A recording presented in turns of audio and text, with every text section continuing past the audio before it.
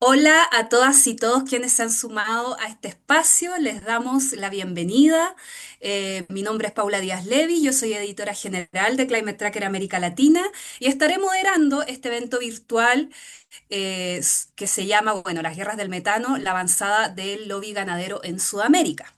Y bueno, este encuentro es parte de un proyecto liderado por Climate Tracker y Consenso, gracias al apoyo del Berta Challenge 2025, con el objetivo de investigar cómo el agronegocio internacional está influenciando las políticas del clima en países como Brasil, Paraguay, Uruguay y Argentina, camino a la COP30, con el objetivo de esquivar su responsabilidad ante la crisis climática.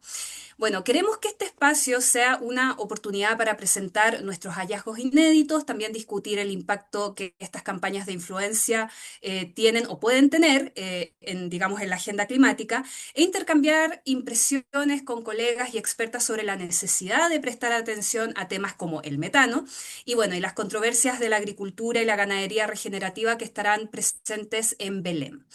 El evento de hoy va a tener una duración aproximada de 90 minutos, así que bueno, les invitamos a dejar sus preguntas en el chat durante el panel y bueno, las vamos a recoger para responderlas hacia el final en el bloque interactivo de cierre.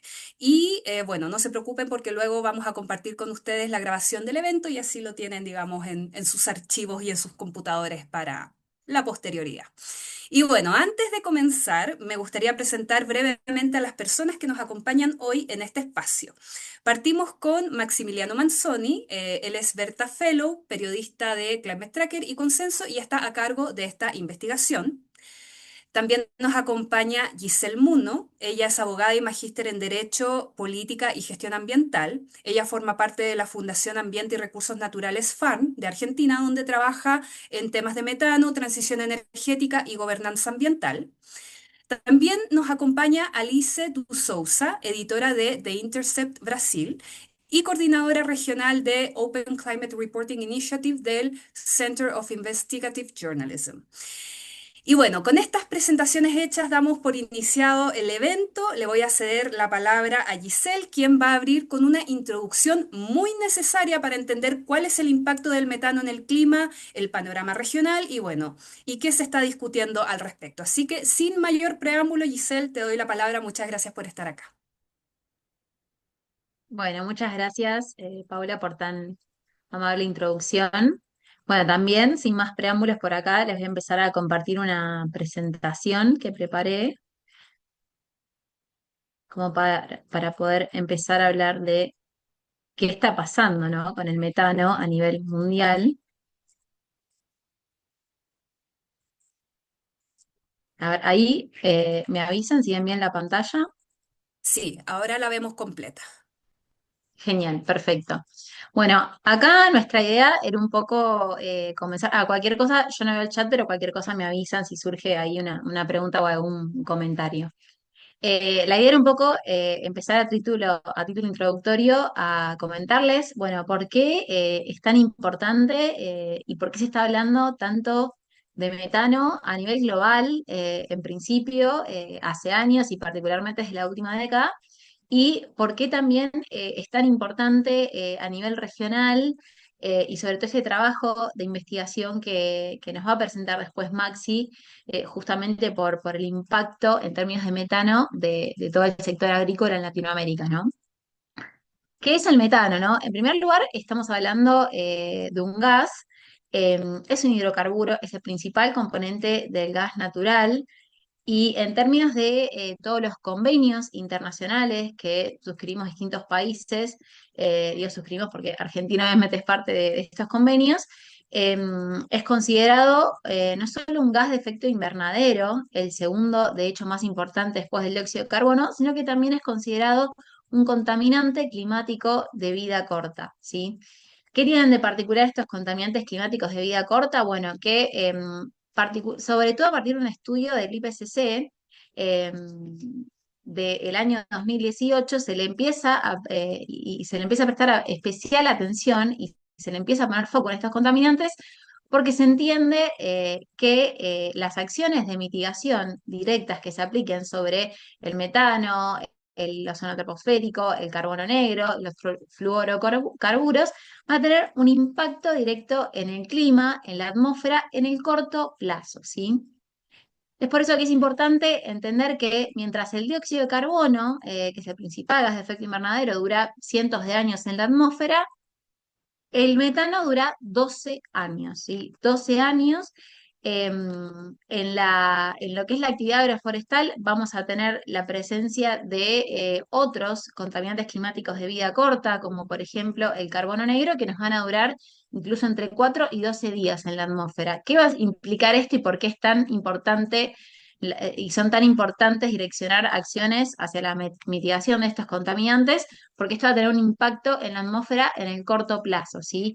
Y es importante también entender que son acciones que van en simultáneo a las acciones de reducción del dióxido de carbono. Simplemente que las últimas evidencias científicas dan cuenta de que las acciones sobre estos contaminantes en paralelo son necesarias y complementarias a las acciones de reducción de dióxido de carbono, ¿sí?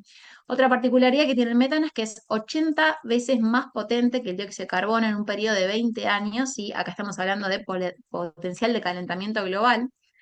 Actualmente es responsable del 25% del cambio climático que estamos experimentando actualmente.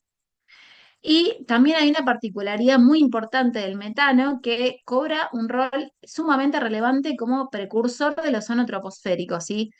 El ozono troposférico, además de ser un contaminante climático de vida corta, es un contaminante del aire, tiene un impacto directo sobre la salud. Se estima que 1 millón de muertes por causas respiratorias a nivel mundial provienen de la proliferación del ozono troposférico en la atmósfera y mínimo el 50% de estas emisiones eh, se vinculan a la emisión de metano hacia la atmósfera, ¿sí?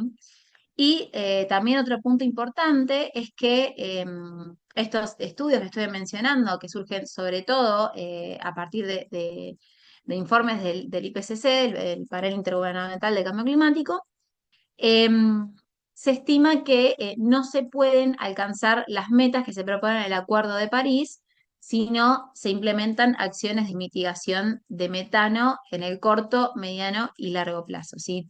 Y acá un poco lo que van a ver es el resumen de estos puntos que venimos remarcando, ¿sí? Y el dato también que se agrega en estos pequeños gráficos es que es importante mencionar que las emisiones de metano que encontramos tienen origen natural o bien origen antrópico, ¿sí? Y digamos, las fuentes de origen antrópico tienen que ver con actividades del hombre. Y a nivel global, y vamos a ver que esto se acentúa y son mayores las proporciones en Latinoamérica y en países de la región, la agricultura es la mayor fuente de emisiones de metano. ¿Sí? A nivel global es el 40%, el 40% de las emisiones de metano que provienen de fuentes antropogénicas provienen del sector agro, ¿sí? Y y bien, y pasamos a la siguiente. Y acá lo que mencionaba también tiene que ver con algunos datos que el resto de las emisiones van a provenir principalmente, ya lo vamos a ver, del sector de los residuos y del sector de los combustibles fósiles. Pero es importante también entender que a partir de estas actividades, cuando se emite metano, no solo se emite metano, ¿sí? Se emiten otros contaminantes. Como dije, de la agricultura se va a destacar el carbono negro, pero en el caso de la producción de combustibles fósiles vamos a tener lo que son la presencia del benceno, tolueno o contaminantes orgánicos volátiles, como se los suele denominar, ácido sulfídrico, material particulado, óxido y de nitrógeno.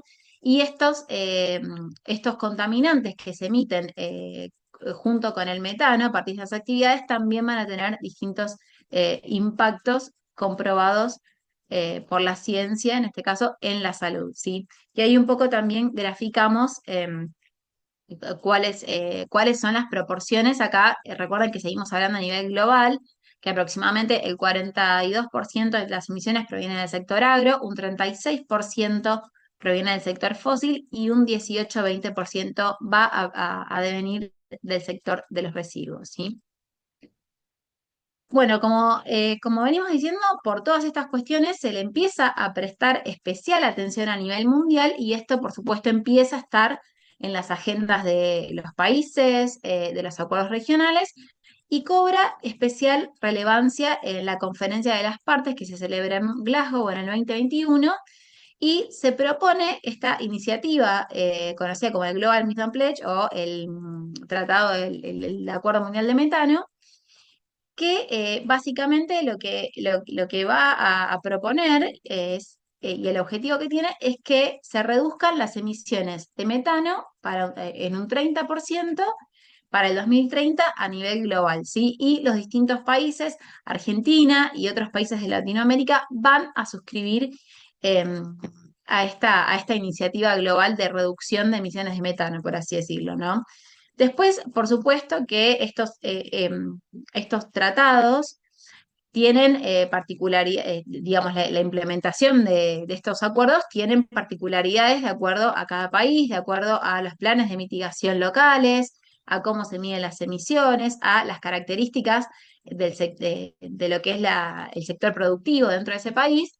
Y nosotros, por ejemplo, en Argentina particularmente, lo que tenemos y lo que presentamos son, digamos, acciones de reducción en dióxido de carbono, millones de toneladas de dióxido de carbono equivalente, ¿no? No, todavía no tenemos, por ejemplo, acciones específicas direccionadas a reducción de metano por sectores, sino que son genéricas en cuanto a la reducción de CO2. Y recién estamos empezando a ver en los planes de mitigación algunas medidas orientadas a esto, pero que todavía no proponen nada demasiado ambicioso en términos cuantitativos, ¿sí? Acá volvemos a cuál es la situación un poco a nivel global. Ahí vamos a ver que, digamos, las principales fuentes antropogénicas, cuáles son y qué lugar ocupa la agricultura dentro de todas las actividades que producen metano y dentro en el primer cuadro que van a observar es cuáles son, de dónde vienen las emisiones de metano dentro del sector agro, ¿no? Que estas emisiones se van a deber principalmente a lo que es el ganado, a la fermentación entérica, al estiércol. Vamos a tener también un porcentaje muy importante que va a devenir de el cultivo de arroz, que por ejemplo, ahí esto siempre lo remarco, pero nosotros tenemos quizás en Argentina, por ejemplo, muchas emisiones del sector que provienen de la cría de ganado y muy bajas emisiones de lo que es el cultivo de arroz, porque es algo que no se hace demasiado en nuestro país, ¿no? Pero bueno, y acá un poco la idea era detallar, bueno, qué son estas actividades, ¿no? De las que hablamos y qué se está proponiendo a nivel global. Bueno, esto de la fermentación entérica, por supuesto, tiene que ver con el proceso digestivo de los distintos animales de cría, principalmente los rumiantes, y nosotros, insisto, en Argentina. Esto está acentuado en lo que es la crianza de ganado bovino, también vinculado, por supuesto, a nuestro consumo. Lo sabrán por lo que implica para nosotros a nivel cultural el consumir carne. Pero bueno, lo cierto es que esto, por supuesto, tiene un impacto directo en términos de emisiones. Otra fuente importante de metano bueno, es el estiércol, surge del estiércol de los animales, y también, como decía, de la producción de arroz. Acá también vamos a observar algunos datos. Esto es más que nada para que podamos visibilizar a nivel interno qué es lo que sucede. Yo tomo datos de Argentina, pero esto es una situación que se repite y se replica en muchos países de Latinoamérica, por eso es importante mirar y poner el foco más allá de las coincidencias a nivel regional en cuál es la situación productiva de cada país para entender, bueno, cómo están compuestas estas emisiones dentro del sector, ¿no? Acá lo que van a ver en el primer cuadro es que nosotros básicamente la mitad de nuestras emisiones proviene del sector energético, ¿sí? Y del sector agro, el sector agro es responsable de un 25% de las emisiones en nuestro país. Al mismo tiempo, estas emisiones dentro del sector agro, como les decía, provienen principalmente de lo que es la ganadería, de la cría de bovino, fíjense, en un casi 80%, y en un 23%, un poco más del 20% de la agricultura. Y otro dato importante es que si bien esto a nivel, en términos genéricos se mide en, insisto, kilogramos de toneladas de dióxido de carbono equivalente, perdón. Eh, lo cierto es que el principal gas de efecto invernadero que emite el sector es el metano. Fíjense ahí en ese cuadrito chiquito, que la preponderancia del metano, por ejemplo, en comparación a las emisiones CO2 o el óxido nitroso. Esto cuando vamos hacia otra actividad, por ejemplo, la producción de combustibles fósiles, vamos a ver que se emite mucho más dióxido de carbono que metano. Y esto también tiene que ver con lo que es nuestro último inventario de transparencia que presentamos en el marco de la Convención de Cambio Climático y que van a ver ahí también que, digamos, en la primera línea que van a observar en el cuadro, fíjense que dentro de lo que son las categorías del IPCC que se analizan, ¿no? Como actividades, la primera que encontramos es primero la preponderancia del metano y el otro dato que sacamos de acá es que estas emisiones provienen de lo que es la fermentación entérica del ganado bovino, ¿no? Y el segundo, lo que vamos a ver en el encuadre son datos que datan digamos, del 2018, no son los más actualizados, pero sí el último que tenemos en cuanto a gráfico dentro de esto, lo sacamos del Plan Nacional de Mitigación y Cambio Climático de nuestro país. Fíjense la preponderancia que tiene para nosotros las emisiones de metano que provienen de la fermentación entérica del ganado. Y recuerden estos números que yo les comentaba al principio a nivel global, que es en promedio el 40%, y, por ejemplo, en nuestro país, que hay mucha cría de bovino, estos números ascienden al 60%, ¿sí? Y para que se den una idea, el otro 40% se reparte casi que en partes iguales en la producción de combustibles fósiles, más que nada las emisiones fugitivas, y en un 19% y en un 17% más o menos de las emisiones de metano provienen del sector de los residuos, también por la cantidad de basurales a cielo abierto, más de 5.000 que tenemos en nuestro país.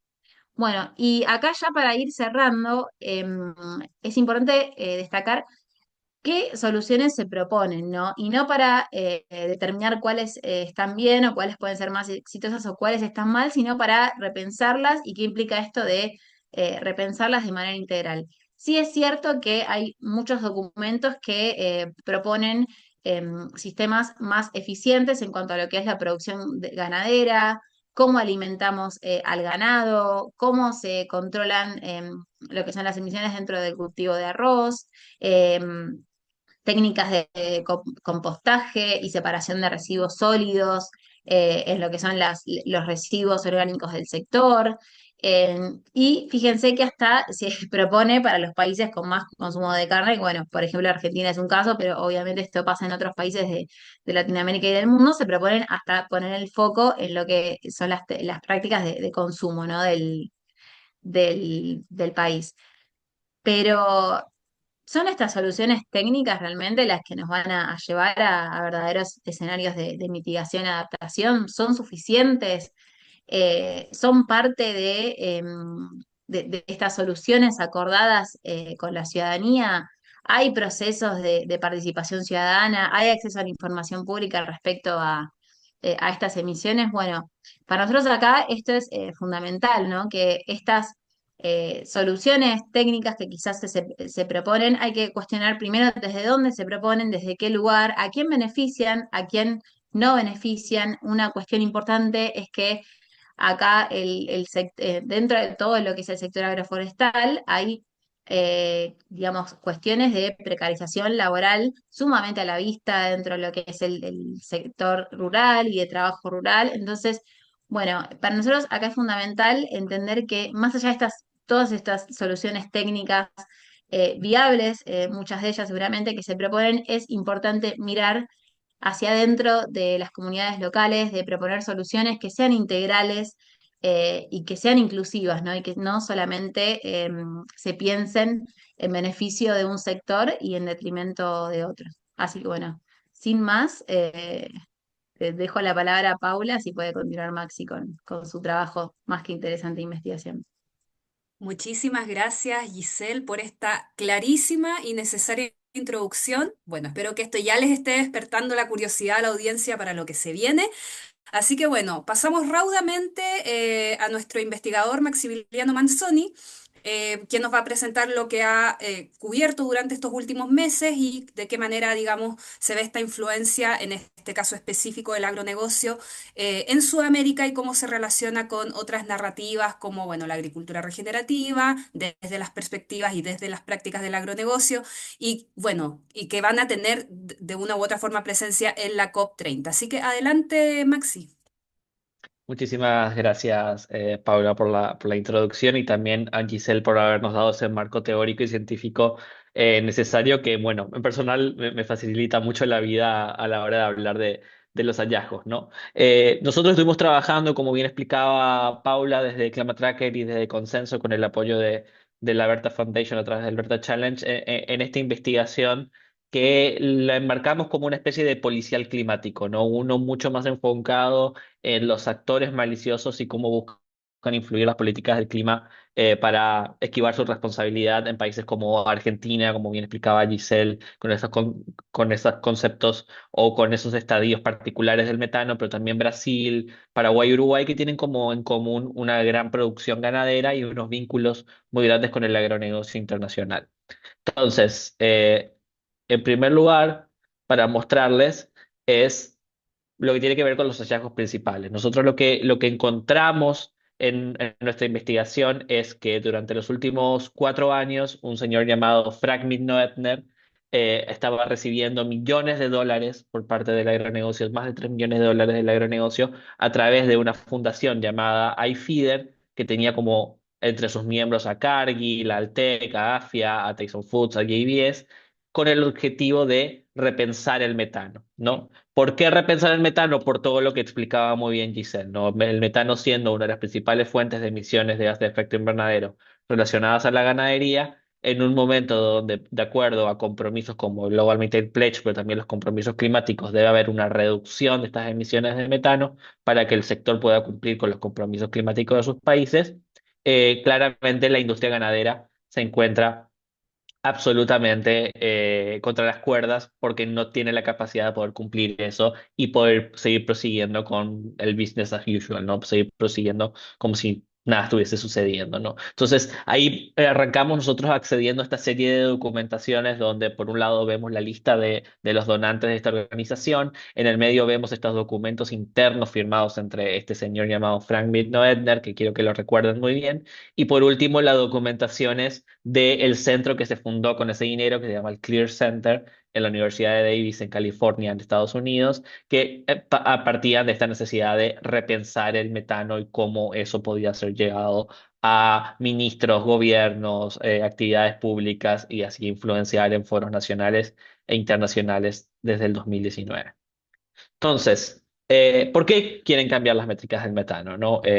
Giselle hizo una introducción bastante clara del estado del arte, pero siempre me parece importante hablar de que incluso si abandonamos los combustibles fósiles mañana, si mañana dejamos de quemar petróleo, carbón y gas, lo que emite el sector agroganadero nos haría cruzar el umbral de los 1,5 grados que están dispuestos en el Acuerdo de París. Y esto es muy importante porque esto se relaciona con la meta global de metano que hablaba también Giselle. Esto significa repensar, sobre todo en países desarrollados, la cantidad de proteínas animales que se consumen, a lo cual claramente se opone la industria, ¿no? En estos días salió un nuevo estudio, por ejemplo, que es el Eat Lancet, donde hablaba de que, bueno, las proteínas animales en un plato tienen su lugar, pero claramente tiene que ser mucho menor al lugar que está ocupando en las dietas, sobre todo de los países desarrollados, y la relación que eso tiene con la producción de países agroexportadores como los que estuvimos investigando aquí, ¿no? Entonces, bueno, diríamos, ok, vamos a tener una conversación racional, honesta, basada en ciencia, sobre qué es el futuro de agroganadero dentro de una transición justa donde debemos dejar de consumir carne o por lo menos repensar cómo producir. No, si no nos gusta el resultado, vamos a cambiar la matemática.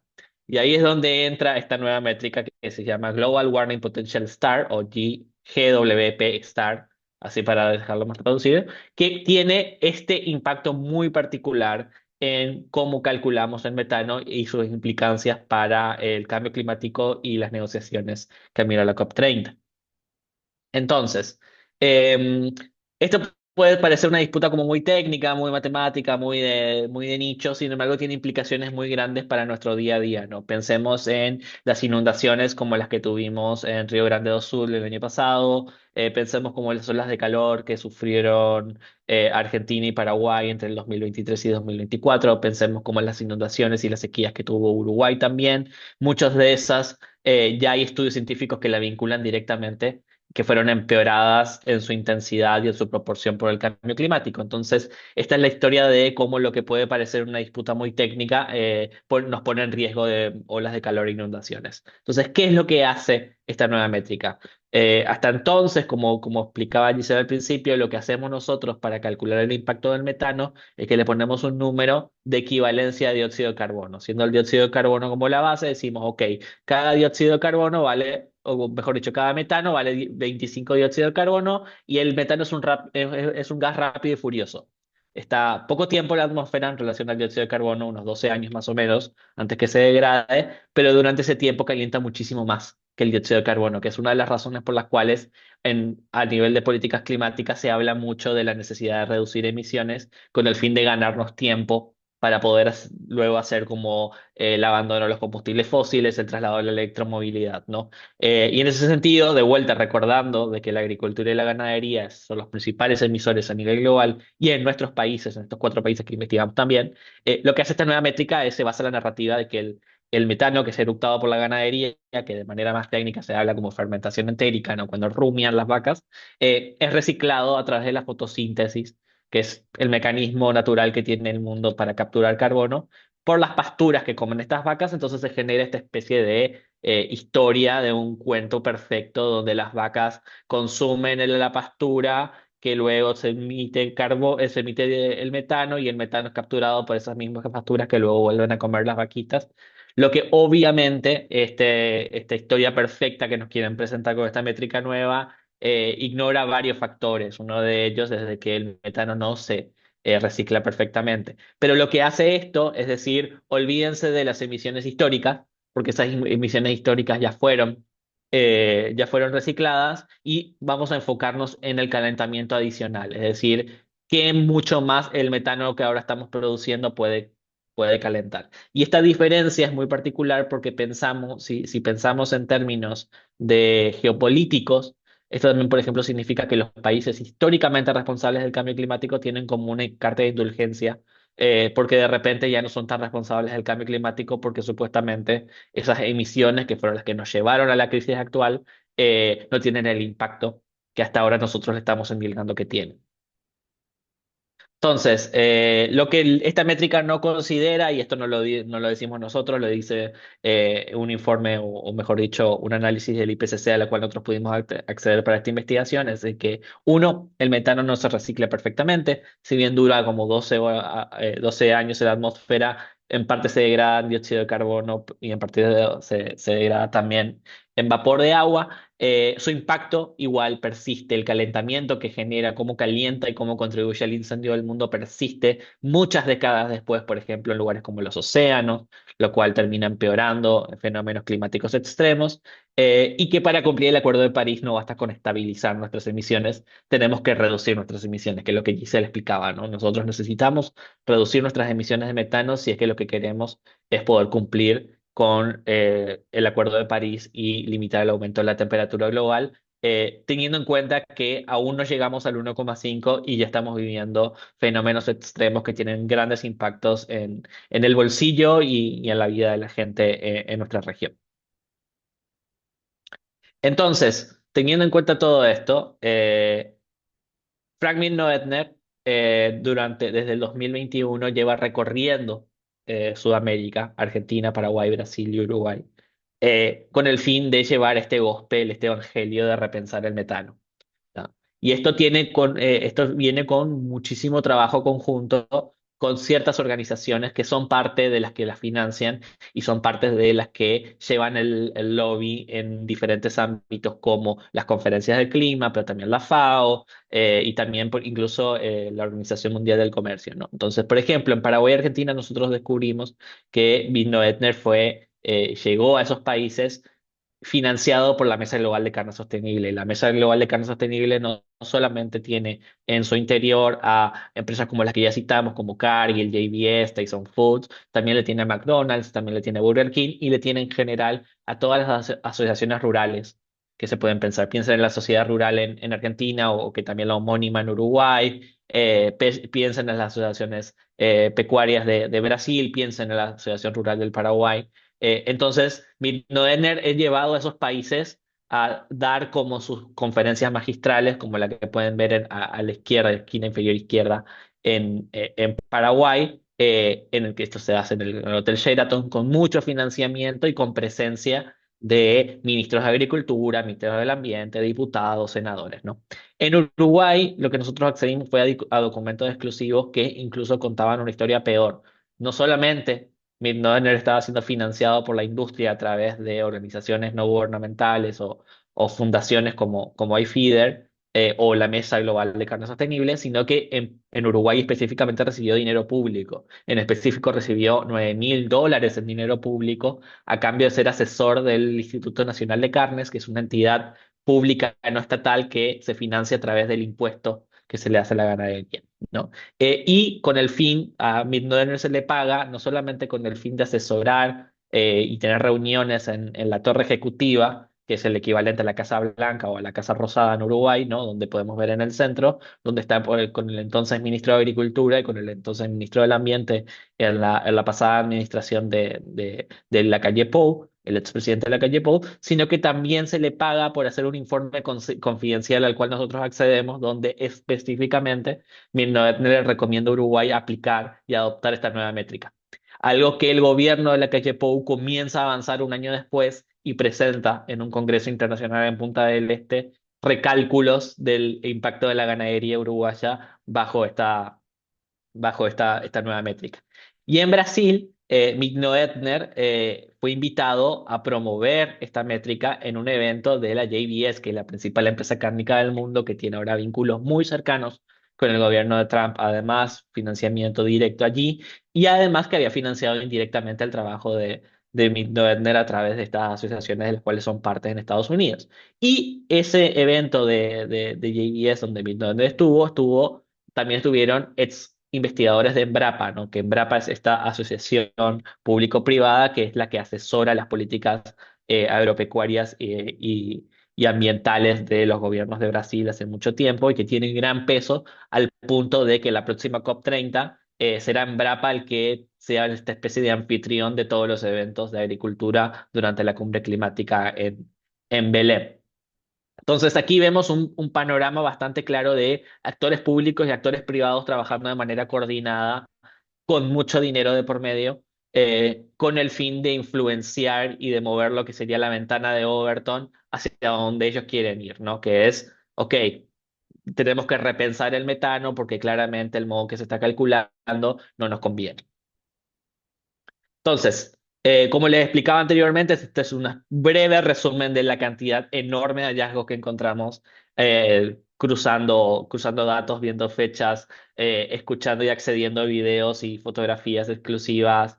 Y ahí vemos, por ejemplo, en esta serie de documentos cómo Bitnoven recibe estos $9.000 en Uruguay, pero también el impacto que esto tiene en otros países. Por ejemplo, en Paraguay, luego de su charla magistral, en la cual asistieron representantes del agronegocio ante la Comisión Nacional de Cambio Climático, que es el organismo público que decide la política climática, y donde está, por ejemplo, su ex profesor, el ex profesor de Mitnoetner, un señor llamado Albert Klatzle, que es un conocido negacionista y que es representante de la Asociación Rural del Paraguay ante esta comisión, y que logró incluir explícitamente, tras la visita de Mitnoetner, menciones a que el país iba a empezar a adoptar la métrica en la Cuarta Comunicación Nacional que envían en 2023 para la COP28 en Dubái, el gobierno paraguayo a la Convención de Naciones Unidas sobre Cambio Climático y que fue incluso utilizado por Paraguay para protestar oficialmente cuando al final de esa conferencia se hace esta declaración donde se pedía también la reducción de emisiones de metano, ¿no? Ese documento fue utilizado como por Paraguay para protestar oficialmente esa decisión de la conferencia, ¿no?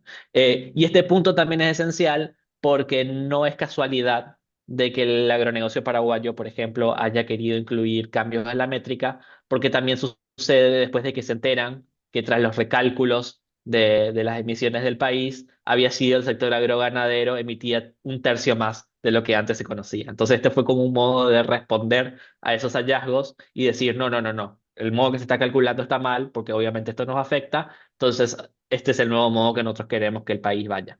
Y en Brasil, y esto lo trabajamos y lo ampliamos mucho gracias con el trabajo con Alice en Intercept Brasil, Embrapa lo utilizó como fuente para una campaña digital que empezó con notas en 2022, pero que resurgió en campañas en Instagram en 2025, justo a tiempo para la próxima COP30 en Brasil, ¿no? Entonces aquí estamos viendo cómo se está generando esta especie de efecto cascada, donde se está moviendo y se está tratando de ingresar a la política pública de estos países y se genera un escenario perfecto para dialogar, o mejor dicho, para disputar el modo que actualmente medimos el metano. Un ejemplo adicional que no lo incluimos aquí es que, por ejemplo, JBS ya salió públicamente a decir que está también cuestionando cómo se calcula el impacto de la agricultura y la ganadería sudamericana y que se va a ir a la COP30 a presentar también sus propios hallazgos y diciendo que tenemos que cambiar el modo que calculamos eso.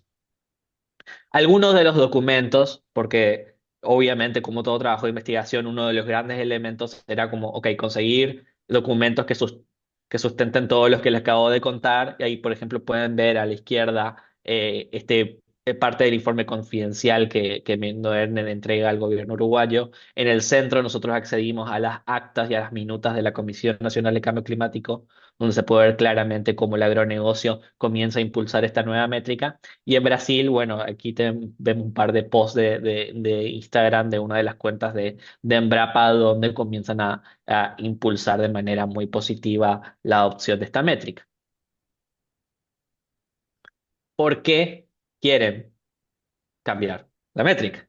Como les decía anteriormente, el metano es como el talón de Aquiles de la ganadería sudamericana, porque mientras que la deforestación comienza a ser una bestia domada con regulaciones nacionales e internacionales más grandes, en el caso del metano, los compromisos actuales de nuestros países significa que ellos indefectiblemente van a tener que reducir su dato ganadero, ¿no? Entonces, con la adopción de esta nueva métrica, les permite a ellos, tanto el agronegocio de Paraguay, Brasil, o Paraguay, Argentina y Uruguay, incluso aumentar sus emisiones de metano y decir que están en línea con los compromisos climáticos de sus países.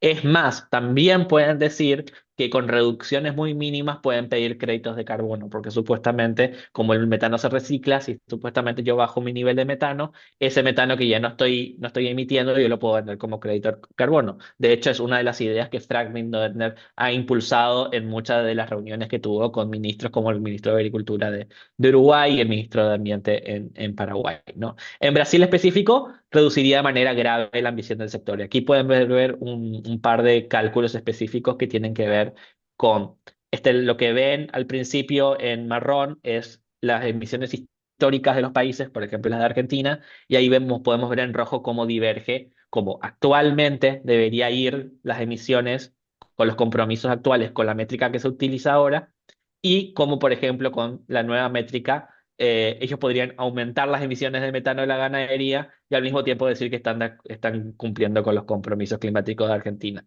Mismo sucede en Paraguay y lo mismo sucede en Uruguay, ¿no? Y en el caso de mientras que basado en el último compromiso climático de Brasil, en la última NDC que fue presentada en noviembre de 2024, las emisiones del sector tienen que bajar de manera muy abrupta de aquí al 2035, mientras que con esta nueva métrica sí tienen que bajar, pero a un nivel muchísimo más, casi como mucho más tranquilo. Y eso significa, por supuesto, que reduciría de manera grave la ambición del sector en una década clave si lo que nosotros queremos como humanidad es limitar el aumento de la temperatura, ¿no? Y un elemento no muy menor es de que si, mientras que vemos que en países, son los países más pequeños como Uruguay y Paraguay, donde se ha básicamente influenciado mejor o esta campaña ha calado mejor en política pública, los cuatro países negocian juntos temas de agricultura en la próxima COP30, ¿no? Y teniendo en cuenta las condiciones particulares de la COP30, las cuales Ali seguramente va a también poder profundizar, esto es un elemento no menor a la hora de pensar el posible impacto. Y aquí, para más o menos ir cerrando como este capítulo, es el mapa de relaciones que pudimos armar luego de el trabajo de 6 meses, donde hablamos de el dinero, de dónde viene, quién le financió, cómo, de qué manera estaba involucrada la Mesa Global de Carne Sostenible, a dónde viajaron, quiénes son miembros de estas organizaciones, quiénes invitaron a vender a nuestros países, con dinero de quién, de qué manera se gestionaron esas reuniones, con quiénes se reunieron y sobre todo algunos elementos adicionales, por ejemplo, en el caso paraguayo, que es la figura, por ejemplo, de este señor llamado Abel Glatzel, que no solamente es un conocido negacionista agroganadero, sino que también es miembro de una organización europea llamada Clintel, que está empezando a involucrarse en políticas climáticas en Sudamérica y que es fundada por un ex empleado de Shell y que de hecho fue esta organización la que quiso impulsar la adopción de esta métrica ante el IPCC. Entonces, lo que estamos viendo es un esfuerzo coordinado en ambos lados del Atlántico, donde Sudamérica comienza a ser este campo de batalla, esta guerra, donde se comienza a disputar la narrativa sobre de qué manera tenemos que hacer frente a las emisiones de metano de ganadería. Y lo otro muy importante para cerrar, que lo que también estamos presentando hoy como parte de la segunda parte de nuestra investigación, es de que al final la lógica de esta métrica no es otra más que un nuevo modo de impulsar otra narrativa, que es parte de las narrativas de agricultura y ganadería regenerativa impulsadas desde las grandes corporaciones del agronegocio, y que también tienen un papel central y van a tener un papel central en la próxima COP30, ¿no? Que en general lo que propone la agricultura y la ganadería regenerativa es la idea de que a través de las pasturas y la captura de carbono de estas pasturas se puede compensar su daño, ¿no?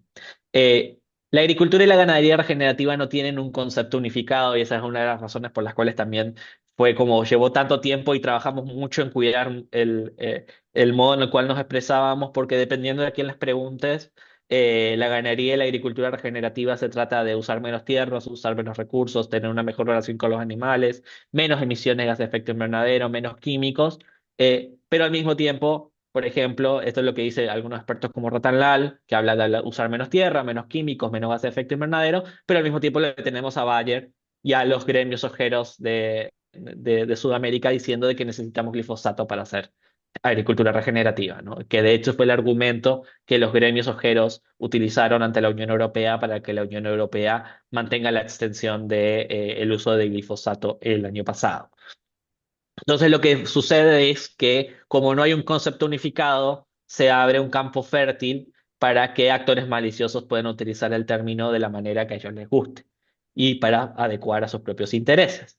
Entonces, aquí tenemos, como estamos viendo que el término de agricultura y ganadería regenerativa es también como la palabra favorita últimamente de grandes corporaciones, ¿no? Hay un estudio de New Climate que citamos en nuestra investigación que analizó los planes de sostenibilidad de 30 gigantes del agronegocio y encontró que el 80% de ellos, como Cargill, Nestlé, IBM y hasta Coca-Cola, hablan de prácticas regenerativas. Ahora, cuando uno comienza a escarbar de qué se trata, vemos que un tercio no tenían objetivos claros y que la mayoría no explicaba cómo esos planes iban a ser, ¿no? Eso, son palabras muy bonitas que cuando uno comienza a ver, bueno, cómo exactamente funcionan, ahí se abre una serie de dudas e interrogantes que somos las que exploramos en nuestra investigación, ¿no? Y debido a eso, pese a la vaguedad, lo que vemos es que hay un gran impulso con muchísimo dinero. Nosotros logramos documentar más de 60 proyectos impulsados por diferentes actores del agronegocio para vender créditos de carbono de agricultura y ganadería regenerativa entre Brasil, Paraguay, Argentina y Uruguay. La mayoría de ellos se basa en esta idea de la posibilidad de que la agricultura y la ganadería utilicen la fotosíntesis para almacenar carbono en el suelo y así compensar los gases de efecto invernadero y vender así créditos de carbono, tanto en el mercado voluntario como en el mercado regulado que se empezó a generar desde el año pasado bajo el Acuerdo de París. Este mapa está disponible en nuestra landing. y es un trabajo conjunto que permite también identificar quiénes son los actores detrás, como por ejemplo vemos Cargill invirtiendo mucho dinero a través de esto, pero también vemos, por ejemplo, petroleras como Chevron, que financiaron startups que hicieron análisis y que ahora están vendiendo créditos de carbono, y también empresas como Vista Energy, que es una empresa gasífera de vaca muerta que promete compensar sus emisiones de vaca muerta a través de proyectos de ganadería regenerativa en Argentina. ¿Por qué esto es un problema?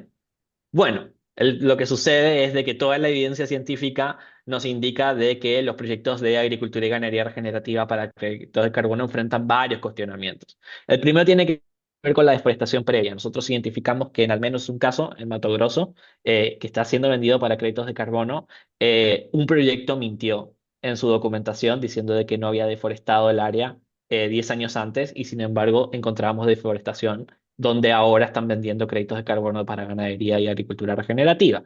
La línea de los 10 años es una línea mínima que los propios mercados voluntarios como los de Berra imponen y sin embargo muchas veces no se cumple. Lo otro es el problema de la permanencia. ¿Qué sucede? La captura, nadie está cuestionando acá que la fotosíntesis y que las plantas no tienen la capacidad de capturar carbono en el suelo, es algo que se nos enseña en la escuela. El problema es que el carbono tiene una capacidad finita de poder capturar emisiones en el tiempo y en cantidad. Y utilizar esa capacidad finita para compensar emisiones de, por ejemplo, los combustibles fósiles que van a durar entre cientos y miles de años, es una matemática que no cierra. Y ese es uno de los cuestionamientos que también se le hace a esta clase de proyectos, ¿no? Proyectos que van a capturar carbono por 10 o 20 o 30 años para compensar emisiones y el impacto de esas emisiones van a durar miles de años, cientos de años en la atmósfera.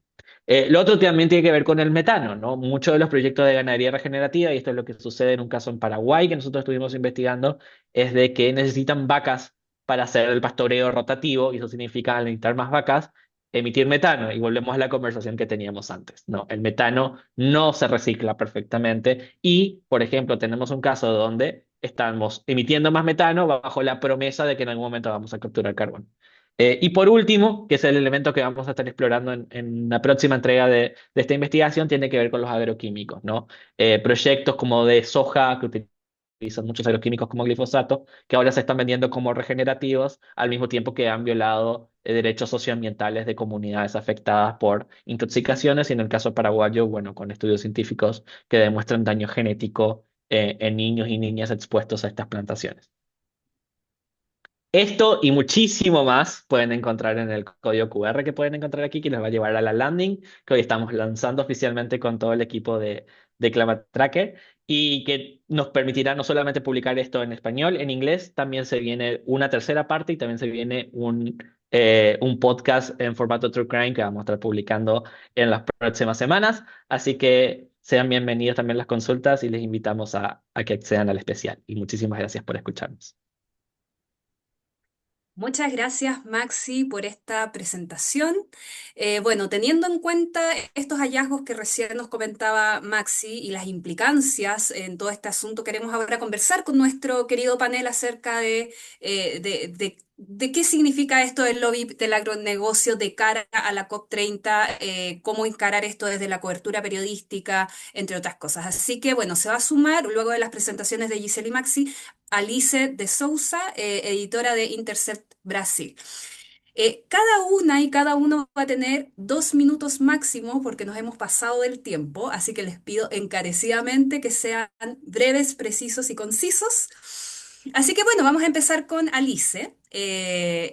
Partiendo porque en The Intercept Brasil han ampliado sobre estos hallazgos y se han enfocado en específico, por ejemplo, en la influencia de organizaciones como Embrapa. ¿Qué influencia y presencia tendrá el agronegocio de Brasil en la COP30? Si nos pudieras contar brevemente.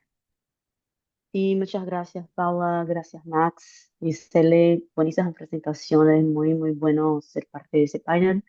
Bueno, el agronegocio brasileño, por lo que ha dicho Max, no solo porque GBS es como una de las grandes empresas de Brasil, pero porque el agronegocio está también en el Congreso Nacional, o sea, hay todo un tema de influencia política. Quiere estar en la COP, pero no solo va a estar en la COP por medio de Embrapa, por medio de sus lobistas, ya está en la COP, es así por decir. porque el agronegocio quiere utilizar toda la idea de que el agronegocio es parte de como la raíz nacional, es parte del corazón de Brasil, de la economía de Brasil, para plantearse como un modelo para Latinoamérica, para el mundo. Entonces, en ese sentido, el agronegocio ya está por medio de sus organizaciones, muchas de estas vinculadas a la investigación que Max hizo, muchas de estas vinculadas a Cargill GBS en Brasil, haciendo una secuencia de documentación y presentando esta documentación al liderazgo de la COP. O sea, el presidente de la COP ha recibido de las manos de GBS, por ejemplo, una documentación con lo que plantea el agronegocio brasileño para las métricas, para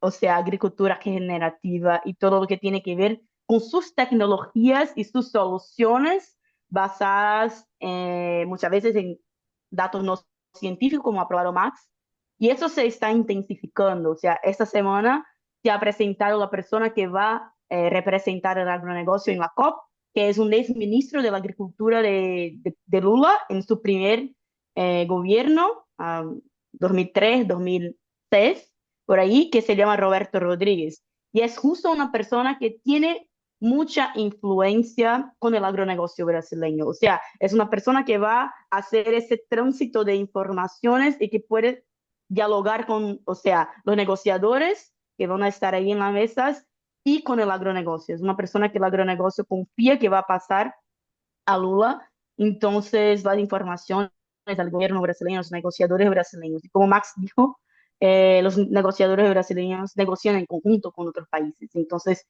el agronegocio quiere no solo, o sea, cambiar la métrica, como dijo Max, influir en las políticas públicas a nivel regional, pero presentarse como modelo para el mundo, en sus técnicas, en sus tecnologías. Y eso es muy importante plantear. Y ahí suele estar Embrapa, porque Embrapa es la principal organización en Brasil que hace pesquisas para validar lo que quiere el agronegocio. Entonces, influye directamente en las políticas que se están planteando en el Congreso.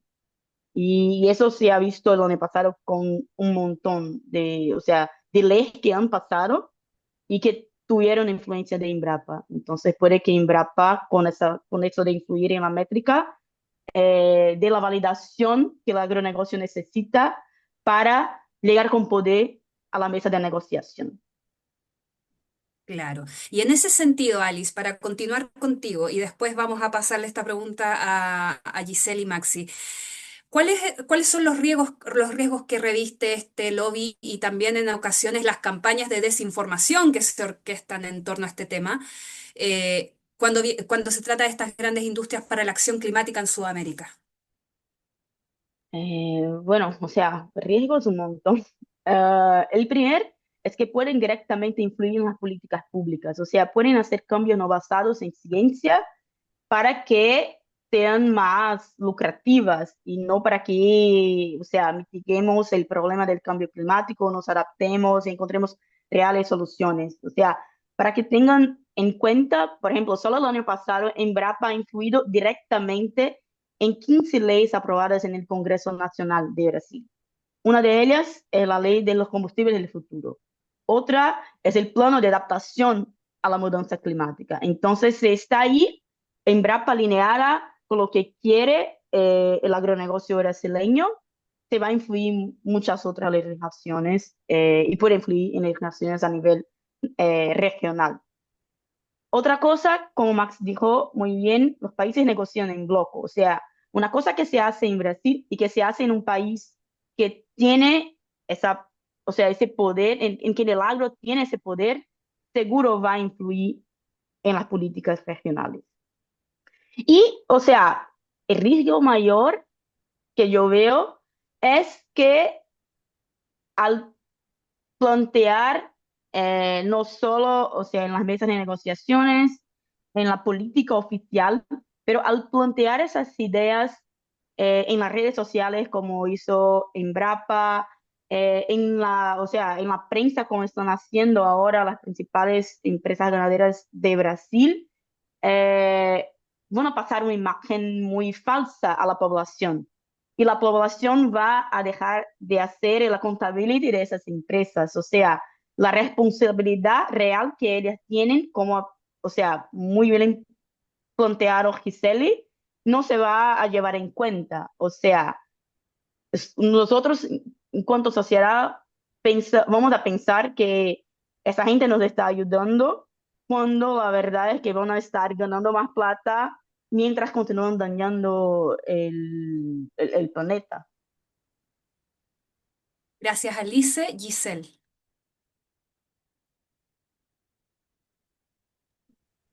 Bien, acá, bueno, creo que fueron súper completas y abarcativas las respuestas de Alice.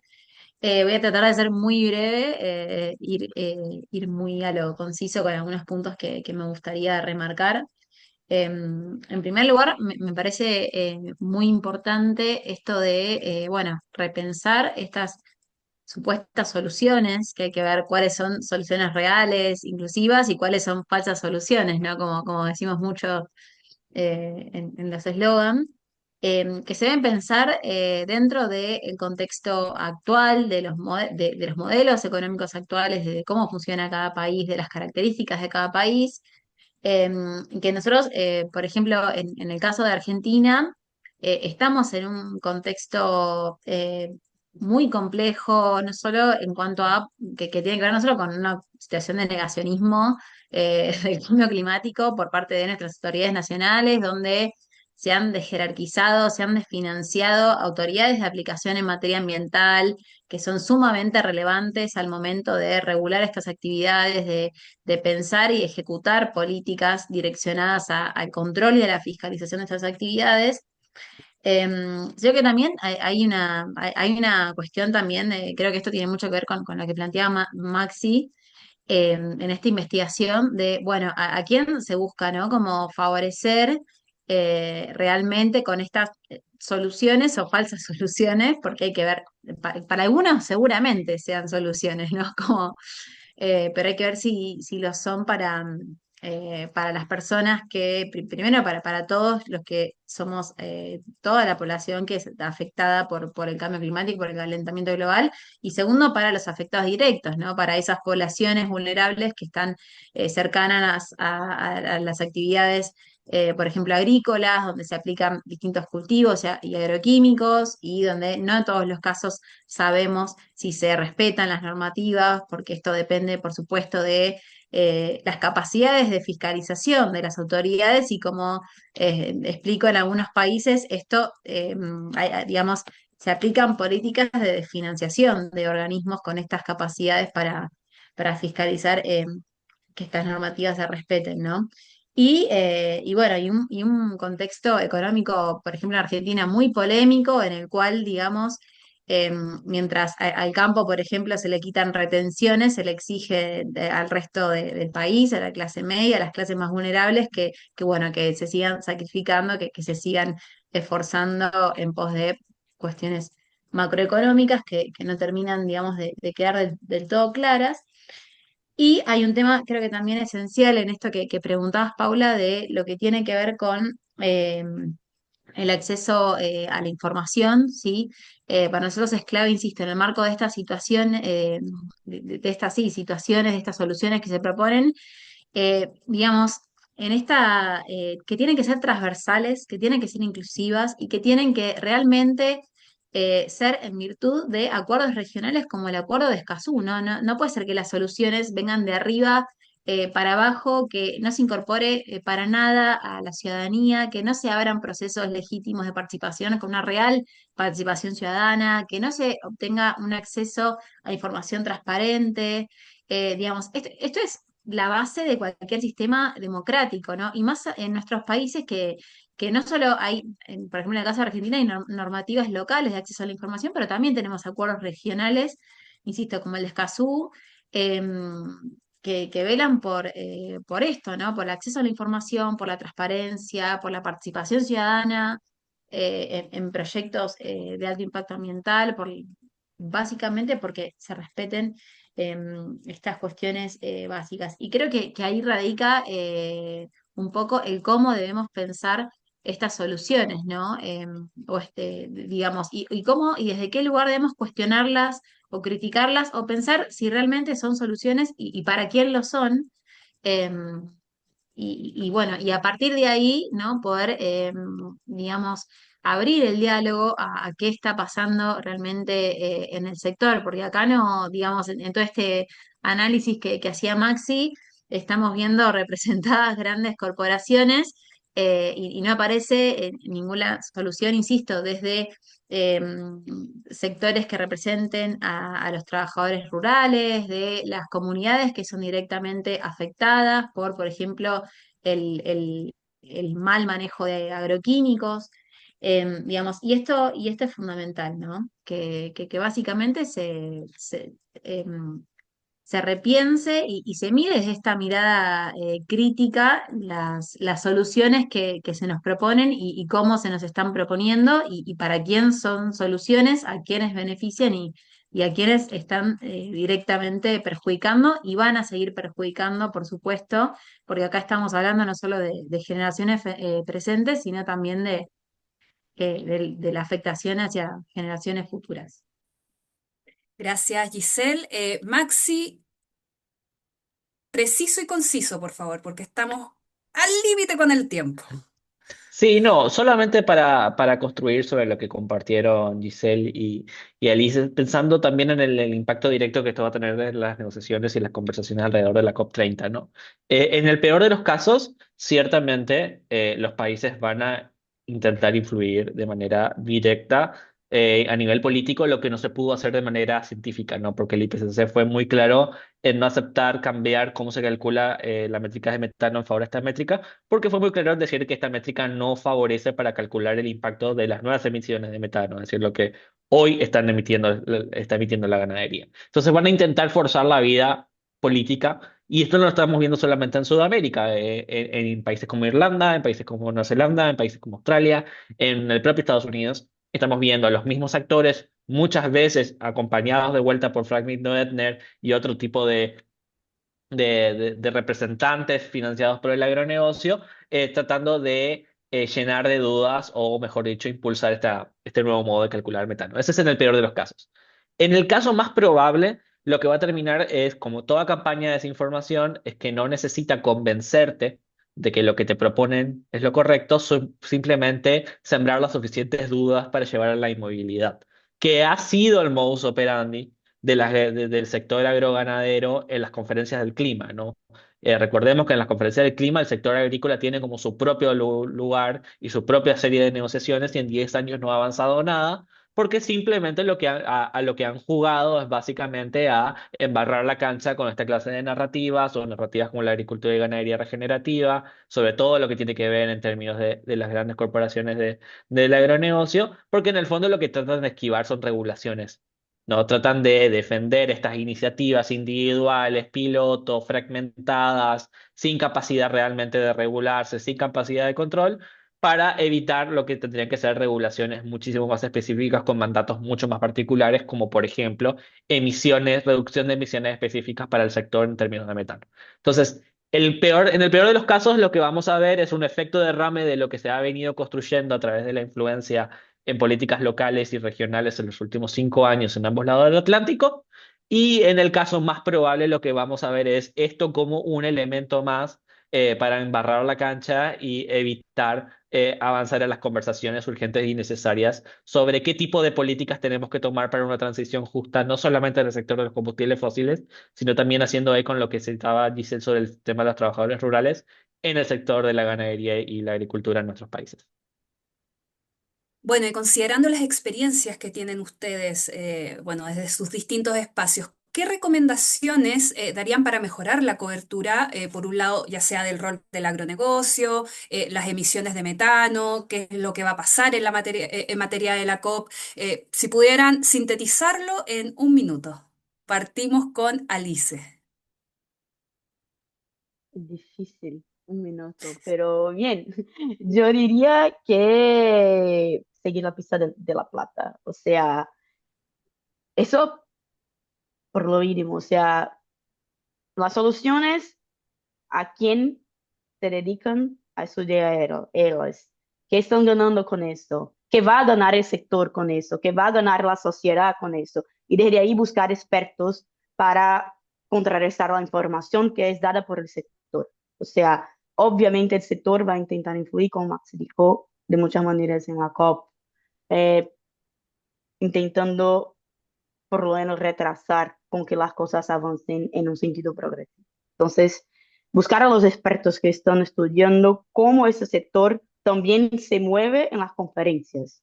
Eh, y yo diría estudiar el pasado, porque lo que el sector va a presentar ahora no es, muchas de las cosas no son nuevas, son cosas que ya están siendo como, o sea, movidas ahí por lo menos a lo largo de algunas COPs. Entonces, mirar a eso, cómo se han comportado antes y intentar distinguir lo que puede evolucionar en ese sentido también.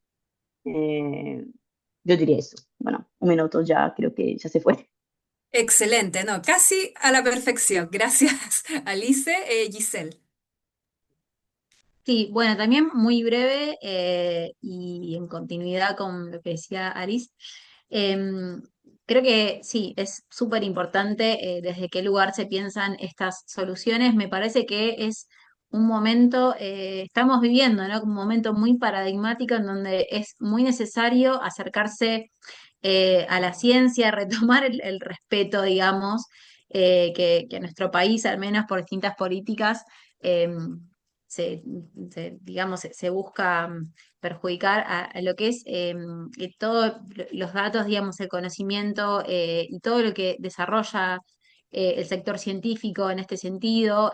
Mirar también con cuidado, con respeto y con ojos críticos las soluciones que se proponen. Por supuesto que muchas son reales, son viables. Y también es necesario, como decía un poco en un principio, ¿no? En el marco de estas soluciones que se piensan, y es clave poder incorporar no solo soluciones, digamos, que se piensen desde arriba para abajo, sino también desde abajo para arriba, ¿no? ¿Qué le está pasando al sector laboral que está sumergido en esto? ¿Cómo están esas condiciones?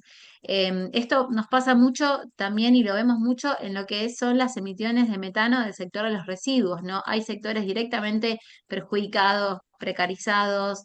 Por eso digo que es muy necesario atender esto también y cuáles son las comunidades afectadas, ¿no? Porque, insisto, en este paralelismo con residuos también esto se ve muy claro, así como hay trabajadores, que son los recicladores, los recuperadores urbanos que están súper precarizados. Hay comunidades que son las que viven cerca de los basurales hacia el abierto, que son directamente afectadas en términos de su ambiente, su salud, y pasa lo mismo.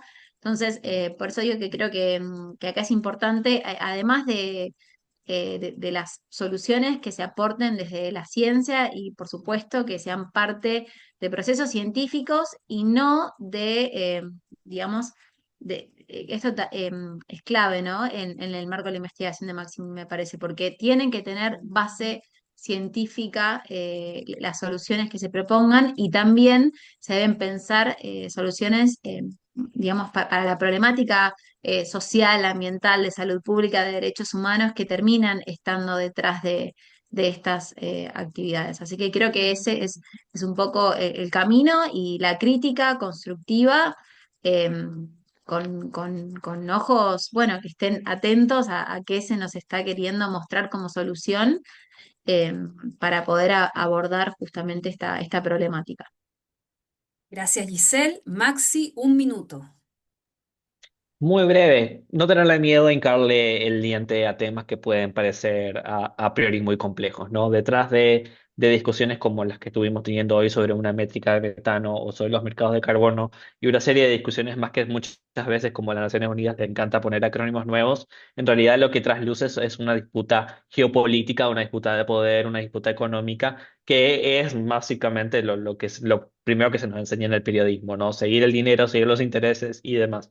El clima como una mirada lo que nos permite o nos permitió, por ejemplo, en este caso, es encontrar nuevas historias y encontrar ponerle el foco en lugares donde no se estaba mirando, por lo menos desde este lado de la región, respecto al avance del agronegocio y las políticas climáticas. Pero como este, hay muchísimas historias esperando para ser contadas y también, por último, no tenerle miedo a salirnos de la solemnidad de estos temas, ¿no? Que esto no significa no ser serios y no ser rigurosos en nuestra reportería, pero sí también pensar de que tanto en términos de profundidad de investigación también necesitamos apostar a llegar a nuevos públicos porque necesitamos trasladar del consenso científico sobre el cambio climático, necesitamos todavía construir claramente un consenso político sobre las soluciones necesarias en esta década crítica. Entonces también es una invitación a colegas a que se diviertan trabajando esa clase de tópicos.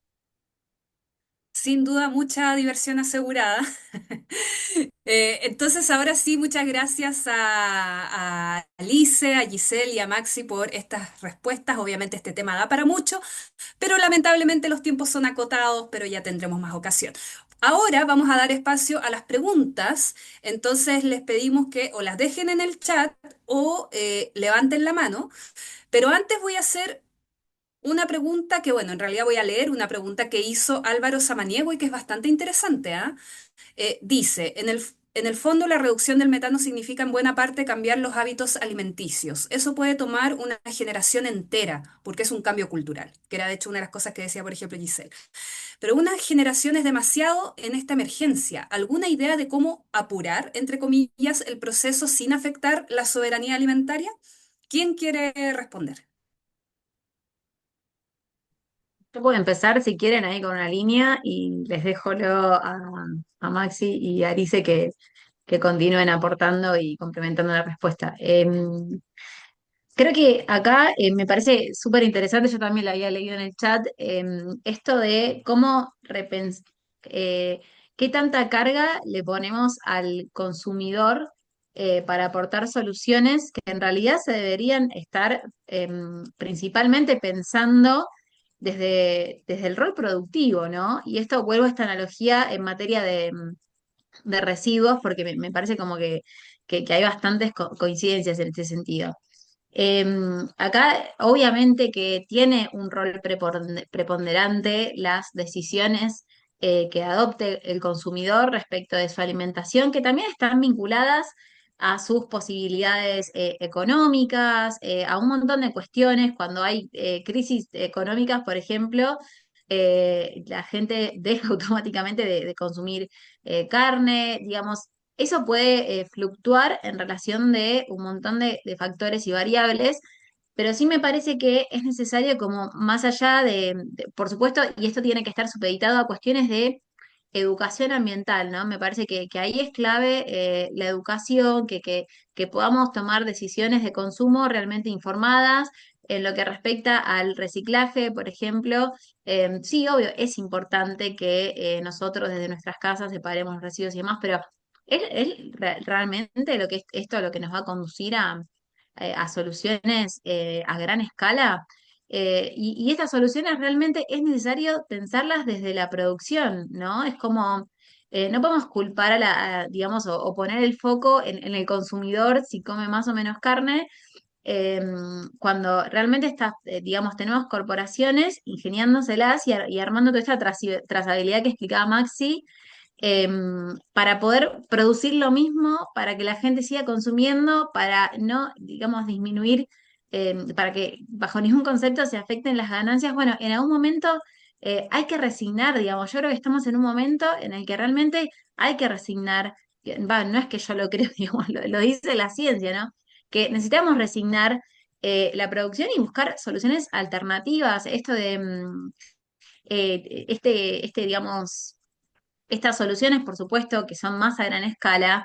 Digamos, yo todavía no leí documentos que aborden, como por ejemplo la mitigación, qué rol podrían jugar eh, las distintas, digamos, proyectos de agricultura familiar, agricultura a menor escala en esta mitigación, ¿no? Eso, digamos, en nuestro país, al menos todos los programas en este sentido están siendo o vienen siendo desfinanciados, pero me parece que ahí es un poco donde hay que poner el foco, ¿no? Necesitamos insisto, por supuesto que son importantes y fundamentales la educación ambiental, digamos, las decisiones que pueda tomar, siempre que las pueda tomar el consumidor y tener amor a estas herramientas, pero si no ponemos el foco en la producción, en cómo estamos produciendo, es muy complejo, no vamos a alcanzar resultados concretos a gran escala, sostenibles en el tiempo, porque el problema radica eh, justamente en cómo estamos produciendo, en un modelo de producción que en gran parte no fue, digamos, decisión entera del consumidor, es un modelo de producción que se impuso, ¿no? Y el consumidor, insisto, va a poder tomar algunas decisiones en función de su situación socioeconómica, en función de su educación. Bueno, obviamente que el Estado tiene que estar para que esta educación llegue y demás. Pero yo creo que es importante y es necesario empezar a poner el foco donde realmente está, que es la producción. Gracias, Giselle. Alice. Bueno, yo, o sea, ya le fue precisa, yo lo que acrescentaría es que cambiar la mirada al consumo individual, a la actividad individual, es una estrategia desinformativa. Eso está documentado científicamente. Es una estrategia desinformativa, no solo del sector de agroganadero, pero de las big techs ahora para sacar del ojo de la sociedad, de las políticas públicas, la responsabilidad que tienen de hecho. Entonces, a través de, y bueno, a nivel individual, obvio, tener decisiones que mejor influyen en el medio ambiente está muy bueno, pero a lo mejor podríamos tener más regulamentación que haga con que, por ejemplo, esas grandes, o sea, compañías no solo pongan un celo de sostenibles, pero que de hecho miren a su cadena de producción directa, indirecta y hagan cambios reales desde ahí. Entonces, mirar a los gobiernos también, cómo dialogan con ese sector para que tengan un compromiso de hacer políticas públicas más efectivas en el sentido de fiscalización también. Es otra cosa que tenemos que hacer, más que tampoco solo mirar a nuestro nivel individual. Gracias, Alice. ¿Algo que agregar, Maxi? Sí, yo cuestionaría el concepto que estamos teniendo de soberanía alimentaria. Porque es soberanía alimentaria para quién. ¿Quién consume las más de 300 millones de vacas por las cuales quemamos el Chaco y la Amazonía en Brasil, Paraguay, Argentina y Uruguay? No somos nuestros países, muchísimo menos países como Argentina que están en una crisis económica, Paraguay está atravesando algo similar a mucho menor escala, pero en general no son nuestros países quienes justifican esa producción. Entonces no estamos hablando solamente de soberanía alimentaria. ¿Soberanía alimentaria para quién? Lo mismo que tiene que ver con la producción de soja en el caso de la agricultura regenerativa. La mayoría de la producción de soja de nuestros países es para alimentar ganado en Europa, en Estados Unidos o en China. Entonces también tendría como muchísimo cuidado porque ese ha sido un argumento utilizado para enmascarar lo que es claramente una disputa empresarial o una disputa de poderes particulares y enmascararlo como una cuestión cultural o de cosa pública de todos los habitantes, que ha sido un ejercicio muy exitoso por parte del agronegocio sudamericano en los últimos 20 años, ¿no? Eh, Camuflar sus intereses particulares con los intereses del Estado-Nación, ¿no? Yo vengo de un país que es Uruguay, donde tenemos una vaca en el pasaporte. Entonces puedo entender muy claramente que hay un aspecto cultural relacionado a nuestra culinaria y a nuestra identidad relacionado a la producción, ¿no? Ya Darwin hablaba de la producción de carne y leche en las pampas argentinas y uruguayas en el siglo XIX. Entonces está muy relacionado a nosotros. Yo puedo entenderlo eso. Dicho eso, nosotros no estamos, o sea, inclusive y de vuelta me gustaría citar lo del Lancet. Eh, Hay un lugar para las proteínas animales en nuestro plato, pero en un plato donde todavía se puedan respetar los límites planetarios, porque la agricultura y la ganadería son víctimas y victimarios aquí. Tampoco al nivel que estamos produciendo, vamos a poder sostener esta producción muchísimo más, porque las sequías afectan de manera muy grande a la producción ganadera. y sobre todo a la producción de los pequeños productores, aquellos que no tienen las capacidades técnicas y económicas de poder sobrevivir a fenómenos climáticos extremos y lo que significa para sus economías.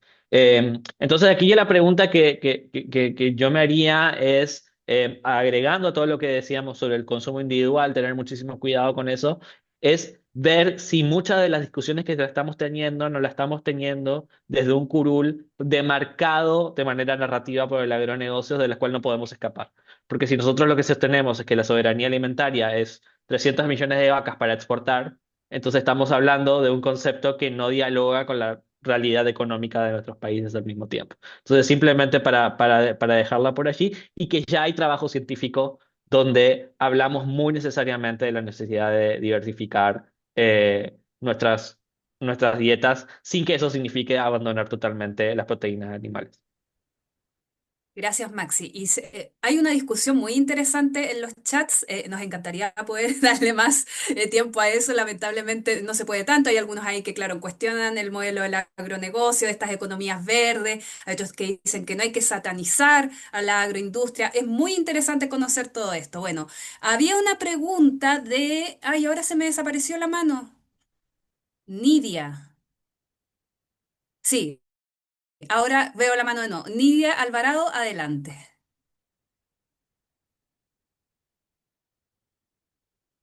Hola, buenos días. Ya, sí, Nidia, no me podía abrir el ahí sí. micrófono. Buenos días, buenas tardes, dependiendo de dónde están, ¿verdad? Bueno, voy a trasladar esta discusión a Centroamérica porque nos hemos estado enfocando bastante, pues, en Sudamérica. Eh, Me llama mucho la atención que mencionaba Maximiliano sobre para quién estamos hablando sobre soberanía alimenticia. Honduras es un país, pues, culturalmente agrícola, no solamente en granos básicos, que en su momento, pues, fuimos el granero de toda Centroamérica, sino que pues también la ganadería juega un papel muy importante en esto. Más allá que la carne, pues también hablo de productos lácteos porque pues los productos lácteos hondureños pues se escuchan en muchas partes. Ahora, lo que sucede es que la mayoría de estos productos, tanto carne como lácteos, no son completamente accesibles para nuestra población. Vivimos en un país en donde el 63% de las personas están en pobreza y no todos van a poder acceder a esta carne. Entonces, pensar en cómo podemos ayudarle a nuestra gente campesina. Yo estuve trabajando un tiempo en el occidente del país en donde pues tuve el placer, porque la verdad fue un placer de conocer a nuestros pequeños productores y pues ellos están totalmente desamparados de la mano del gobierno. O sea, ellos, la mayoría de cosas que producen y que son ni siquiera es ganado, sino que pues se van más por el área avícola porque es mucho más barata y cuando quieren vender sus productos, pues tampoco tienen espacio, así que todo este mercado enorme de ganadería, de piscicultura, de avicultura que existe en mi país Honduras, la pregunta es, ¿para dónde va? Porque no se está apoyando a nuestros campesinos, no se está alimentando a nuestra gente con los productos y aún así se están talando y están destruyendo nuestras áreas forestales. Acá en Honduras también tenemos un serio problema con la biosfera de Río Plátano porque se está talando precisamente para tener cultivos. Ahora, esto es otra interseccionalidad porque muchos de estos son narcocultivos, pero también hay personas que debido al desplazamiento de las ciudades se van para estas áreas que son áreas protegidas. Podemos hablar sobre La Tigra, que es cerca de la capital de Honduras. Podemos hablar sobre Janet Caguas, que se encuentra en el norte de mi país. Podemos hablar sobre La Moquitia, que se encuentra en el oeste. Entonces, todas estas áreas están siendo invadidas por personas que quieren sembrar o que quieren tener su ganado y tienen que deforestar para poder emplear esto y luego llegan los narcotraficantes a apoderarse de estas mismas tierras, de sus mismas plantaciones, ya sean de maíz, frijoles, de sus vacas, de sus gallinas, para poder crecer ese negocio y así continúan deforestando todas nuestras áreas naturales, no se alimenta nuestra gente, no se genera dinero para el país y aún así se pregunta dónde está todo eso. Entonces, mi pregunta va enfocada a ¿Cómo podemos, además de la educación, porque yo soy muy de acuerdo con Alice, que la educación es un pilar fundamental para poder educar a nuestra gente, ¿qué otra manera podemos apoyar a estos pequeños productores que subsisten de sus productos, porque son microempresarios, sin afectarlos, porque sabemos que las leyes muchas veces funcionan solamente para los más pequeños? Entonces, ¿de qué manera se puede apoyar a estos pequeños productores para que puedan continuar subsistiendo de lo que históricamente lo han hecho, sin que las leyes que se aprueban para proteger el ecosistema también les afecten? Y gracias. Gracias, Nidia, por esa contextualización tan importante. ¿Quién quiere responder? No es necesario que los tres hablen y de hecho, como estamos muy apretados de tiempo, si alguien puede ofrecerse, solo una persona, genial. Veo ahí cruces de miradas. ¿Para dónde tira? ¿Para qué Bueno, pantalla? ¿Para bueno, Paraguay o bueno, para Argentina o para bueno, Brasil? voy a tirarlo como una cuestión muy breve. En primer lugar, si hay algún financista por aquí, hay una gran investigación por hacerse en nuestra región sobre la intersección entre agronegocios legales e ilegales en América Latina. Si quieren una investigación que va a tener mucho impacto, bueno, que hay que escuchar una de las tantas historias posibles. En segundo lugar, yo creo que allí vamos al caracú de para quién y y cómo se realizan las leyes y las regulaciones, que es el peligro de una transición injusta. Y en el caso paraguayo es un caso muy particular porque lo que sucede es que se aprueba una ley antideforestación que se aprueba después de que se deforestó todo para las commodities. Entonces los nuevos colonias o asentamientos campesinos son los que se tienen que enfrentar bajo esa lógica. Y en segundo lugar, es de que lo que sucede, y el caso que estamos publicando hoy es un ejemplo bastante pristino de ello, es de que nadie dice de que las grandes corporaciones, incluso en un mundo democrático, no tienen que tener una silla en la mesa de discutir políticas climáticas relacionadas a la agricultura. El problema es que son los únicos que tienen una silla.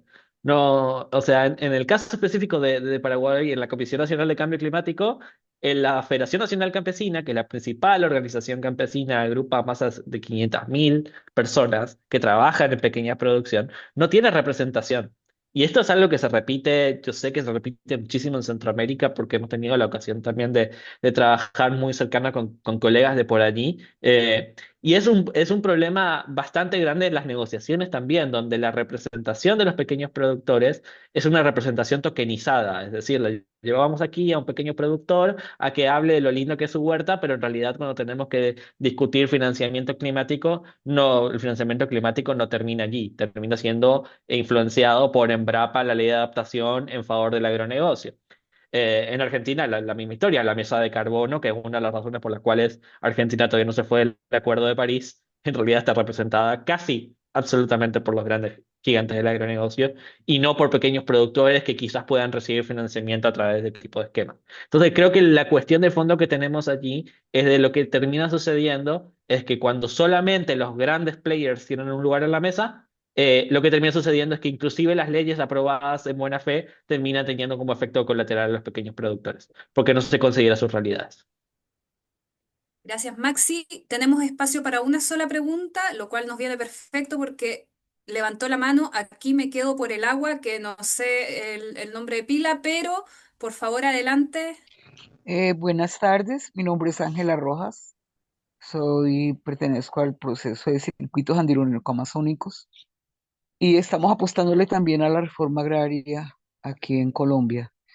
La cuestión es que yo quisiera saber si de pronto podían ustedes elucidar algo al respecto sobre en torno a el hidrógeno verde, no el azul, lo que pasó en el Paraná, sino el hidrógeno verde y el metano verde, el proyecto que hay en Chile, que me parece muy especulador, pero si tienen alguna información para pues redireccionar y sintetizar a ver cómo podemos lograr también que otra gente coayude a hacer investigaciones allá abajo en Chile, pues les agradecería.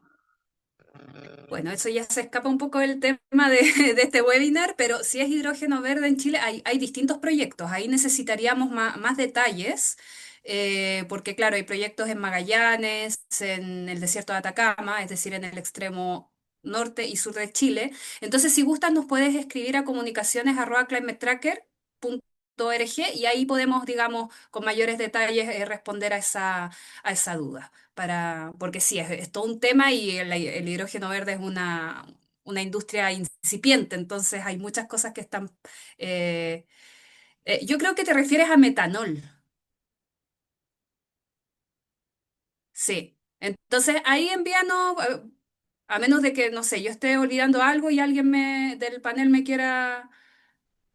sí, mira, lo vamos a escribir en el chat y ahí nos puedes escribir, pero sí, hay proyectos de hidrógeno verde, de metanol verde, etcétera.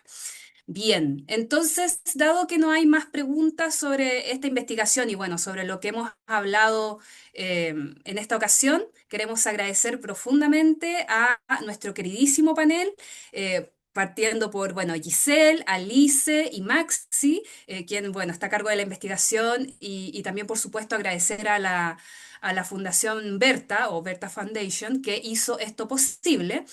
También, bueno, les agradecemos, por supuesto, a las personas que se han conectado desde distintos países. Vimos una discusión bastante interesante en el chat. Y bueno, de seguro vamos a tener más espacios para conversar sobre estos tópicos que son tan relevantes y que nos tocan tan de cerca en América Latina. Y esperamos que esto también les sirva de inspiración para lo que se viene de cara a la COP30, que sabemos que ya también es otro temazo, pero donde justamente todo lo que tiene que ver con las emisiones, en este caso específico del metano, y también el rol del agronegocio es algo que necesitamos monitorear y seguir. Así que bueno, antes de cerrar, vamos a tomar una foto grupal.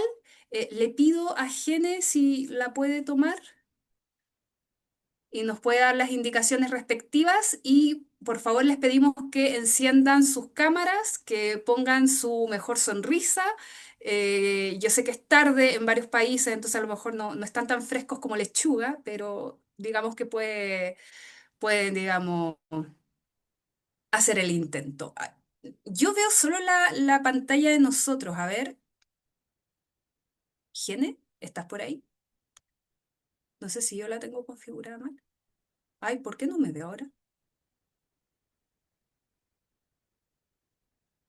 ¿Qué pasó? Ah, se me desaparecieron de a uno y yo dije se desconectaron. ¿Cómo es posible? Esto no estaba planificado.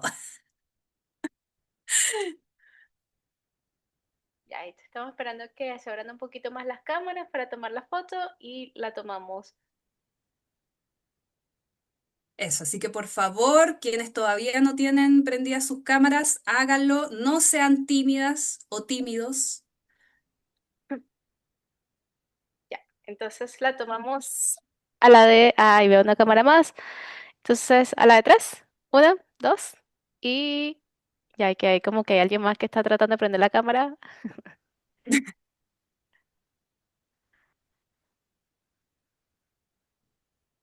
Ok, ahora Ahí ya sí. están más. Entonces, una, dos y tres. Listo, gracias a todos. Ahora sí, les agradecemos enormemente por haber participado. También les recomendamos visitar la página web climatetrackelatam.org, donde pueden ver el especial de la guerra del metano, que también ya se envió por el chat. Y por supuesto, síganos en redes sociales para enterarse de todas las cosas que tenemos, más, digamos, webinars, oportunidades de becas para periodistas, entre muchas otras cosas más. Que tengan una muy linda tarde. Un abrazo. Que estén muy bien. Adiós.